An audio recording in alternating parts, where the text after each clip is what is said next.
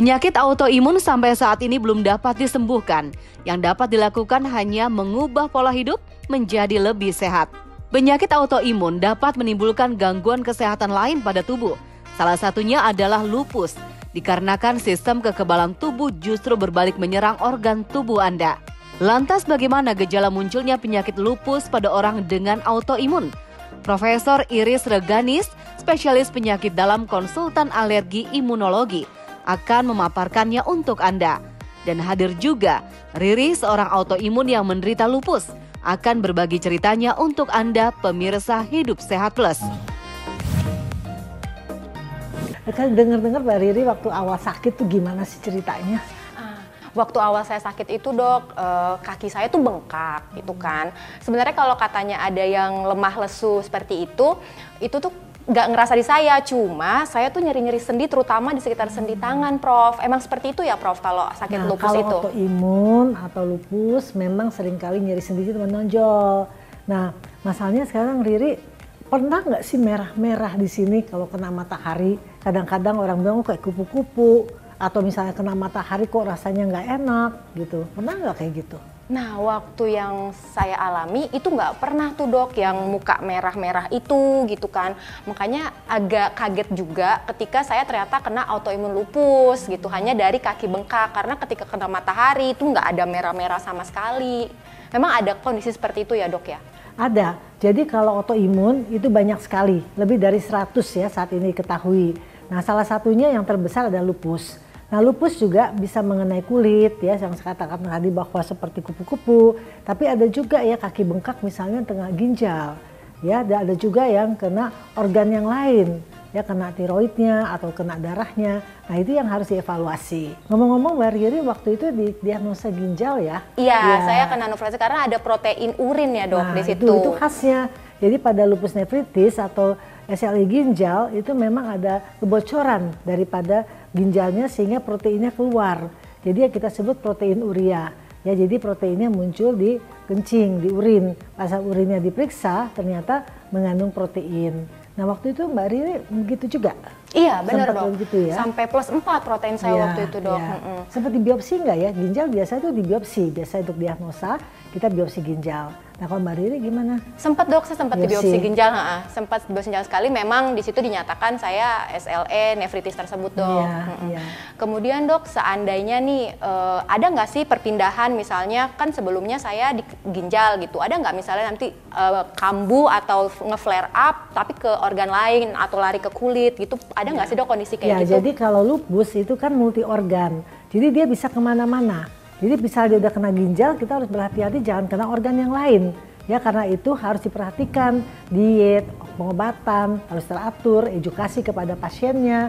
Nah, Riri gimana pengobatan terakhir waktu itu? Pengobatan kan terkontrol karena memang sering rutin gitu kan. Dan alhamdulillah Prof Riri yang itu juga selalu ngontrol 6 bulan sekali untuk periksa-periksa indikasi-indikasi lupusnya aktif atau tidak aktif seperti itu dok. Sekarang masih minum obat dong? Masih minum obat. Terus dietnya gimana Ri? Sarannya dietnya memang agak sedikit berat tapi harus dilakuin ya Prof ya. Itu kan kayak misalnya diet gluten, terus ada saran karena golongan darah Riri O, jadi Riri harus diet susu, keju, seperti itu. Itu ya, memang diet itu merupakan salah satu unsur yang penting ya pada penyakit autoimun. Karena seringkali orang meremehkan diet ya, padahal diet itu penting sekali apalagi kalau sudah ada lupus nefritis ya. Jadi artinya penanganan khusus oleh ahli ginjal. Nah, terus kemarin Riri sekarang merasakan apa yang dirasakan? Apakah sudah anggap ginjalnya sudah terkontrol dengan baik? Lupus nefritisnya kita bilang remisi atau bagaimana Ri? Kalau sampai remisi sepertinya belum ya Prof, karena kan masih minum obat. Tapi untuk kondisi ginjalnya memang makin membaik gitu. Udah tidak ada indikasi yang terus-menerus ada protein urinnya berlebih gitu. Walaupun ada tapi masih terkontrol, katanya seperti itu dok. Gak boleh capek loh Ri. Ini Riri dengernya kerja kan? Iya Prof, kerja. Nah, itulah wanita karier kan berarti ya. Nah, gimana cara memanagenya supaya nggak capek Ri? Biasanya ya Riri suka nyempet-nyempetin sih, karena kan saran Prof juga kan kalau misalnya bisa sempet di kantor tidur siang di meja gitu kan, ya Riri sempetin itu pada saat jam makan siang, mungkin setelah makan siang Riri sempat istirahat sih, kayak gitu sih Prof. Ya memang nggak gampang ya Ri, manajemen waktu, apalagi di kantor kan kita nggak disiapin tempat tidur. Jadi kita makan siang, sholat, istirahat sejenak, walaupun di meja kita. Nah itu satu hal yang perlu kita terus edukasikan kepada teman-teman yang lain juga. Nah Prof, kan waktu itu kaki saya awalnya bengkak tuh ya, tiba-tiba gitu. Terus bangun tidur juga matanya tuh bengkak juga gitu. Sebenarnya lupus itu penyebabnya apa ya Prof? Nah, sebetulnya bukan lupus aja ya, tapi penyakit autoimun sampai hari ini kita nggak tahu sebabnya. Ya, jadi yang kita bisa lihat tuh faktor yang mempengaruhi.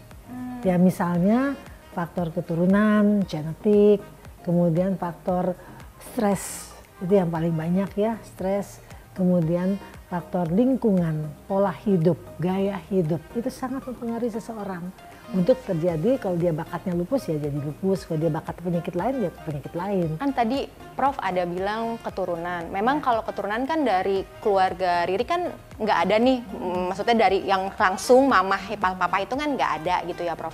Nah sekarang ini kan Riri ada anak nih Prof gitu, ada nggak sih kemungkinan misalnya anak Riri kena gitu ya Prof ya dengan penyakit lupus yang ini? Jadi memang faktor keturunan tidak selalu. Ya buktinya kan orang tua Riri nggak ada yang lupus atau autoimun ya. Nah tetapi bisa saja terjadi genetik. Nah artinya kita anak-anak kita jaga jangan sampai seperti kita. Karena kita belum tahu ya apakah dia akan kena atau tidak. Karena itu kita harus rubah pola hidup kita. Kita rubah, jangan bikin dia stres, jangan bikin sesuatu yang merasa dia jadi tertekan. Nah hal-hal seperti itulah kita teredukasi untuk kita, tapi kita juga akhirnya mengedukasi kepada anak-anak memberikan makanan yang sehat tentunya. Waktu itu pernah waktu Riri hamil kan, waktu itu kan memang lagi kondisinya kan lupus terkontrol, makanya Riri bisa hamil gitu kan. Nah ada cerita di rumah sakit Prof, itu ada pasien yang sakit lupus sampai masuk ICU gitu. Apakah memang ada kemungkinan sakit lupus itu sebahaya itu ya Prof? Ya, jadi penyakit lupus itu ada ringan, sedang, dan berat ya. Ya, kita yang berat itu ya kalau sudah terjadi bisa cuci darah ya. Syukur Riri terkontrol dengan baik. Jadi kita bahkan sekarang perbaikan. Kita jangan sampai cuci darah. Ada juga lupus yang kena otak, lupus cerebral, jadi kejang-kejang. Nah itu bisa nggak sadar, akhirnya dirawat di ICU seperti itu. Nah itu yang kita tidak harapkan, penyakit lupus sampai sejauh itu. Karena itu kontrol di awal, diagnosa dini itu sangat amat penting. Jadi kontrol teratur, ya ikuti apa kata dokternya masing-masing yang merawat pasien tersebut. Gitu. Dan jangan lupa gaya hidup. Kadang-kadang kita merasa udah enak nih badan, wah kerja terus ya begadang, gubrak lagi. Nah itu yang suka terjadi. Jadi kalau orang autoimun rasanya kalau dia udah enak dia lupa, terus makan sembarangan, pola hidup, nanti gubrak lagi baru dia ingat lagi. Nah itu yang harus kita jaga. Prof, ada nggak sih resiko yang lebih bisa gampang kena dari soal gender gitu? Apakah laki-laki atau perempuan yang lebih beresiko gitu Prof? Ya, ada nggak? Ini pertanyaan bagus sekali Ri. Memang kebanyakan untuk autoimun itu wanita. Ya kenapa wanita? Ya wanita itu bisa 80% loh pada lupus sampai 90%. Dan yang lainnya juga demikian. Karena ada faktor hormonal. Faktor hormonal itu yang seringkali ikut serta ya, jadi faktor estrogen. Karena itu pada wanita yang lupus kita harus persiapkan benar kalau dia untuk hamil, karena faktor hormonal itu sangat bermain di situ. Dan juga misalnya orang yang menstruasi dia lupus, nah itu kadang-kadang waktu saat dia mens dia terasa banget lemah, lesu dan segala macam, bisa flare up lupusnya ya. Jadi kita lihat peranan hormon itu sangat mempengaruhi penyakit lupus. Karena pada wanita memang kelihatan lebih banyak dibandingkan sama pria. Oke, itu ada range umurnya nggak Prof? Misalnya wanita-wanita yang produktif ya, atau... Betul sekali, Ri. Betul. Jadi wanita yang produktif itulah yang lebih banyak dibandingkan yang usia lebih tua. Ya, jadi itu ya, jadi masa-masa produktif karena hormonnya masih baik, ya kan? Jadi bisa mempengaruhi di situ.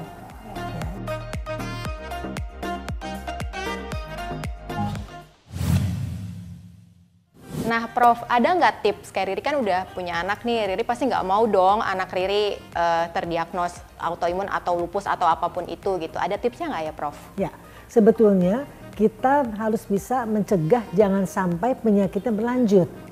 Ya, jadi kalau misalnya seseorang sudah terdiagnosa autoimun, misalnya jenisnya lupus ya, kita tahu komplikasi lupus itu banyak sekali. Nah itu yang kita cegah, jangan sampai terjadi.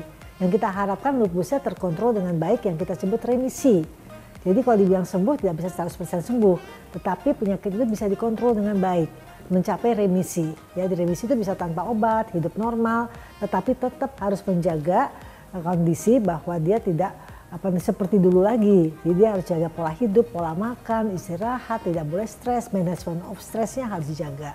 Ya, jadi tujuan kita adalah jangan sampai penyakit autoimunnya menjadi berlanjut lebih parah. Tapi kalau penyakitnya udah terjadi, ya, jadi nggak bisa dihapus gitu ya. Kalau belum terjadi tuh Prof? Nah kalau belum terjadi, ada faktor keturunan, ya kita pola hidup, pola makan, karena kita tidak tahu kita punya bakat atau tidak. Tapi kalau orang yang sudah punya bakat dari keturunannya, misalnya bisa saja ibunya lupus, anaknya Sjogren atau yang lain autoimunnya. Jadi tidak harus selalu lupus. Tetapi bisa juga orang tuanya kayak Riri, orang tuanya nggak ada satupun yang autoimun, Riri terkena. Nah kita sampai sekarang masih tanda tanya besar, kenapa sih autoimun itu bisa terjadi? Kita hanya bisa tahu bahwa faktor ini yang mempengaruhi, faktor genetik, faktor lingkungan, pola hidup, pola makan, itu yang kita tahu. Nah itulah yang harus kita jaga dengan baik. Saya Profesor Dr. Iris Rengganis, spesialis penyakit dalam, konsultan alergi imunologi. Untuk Hidup Sehat Plus.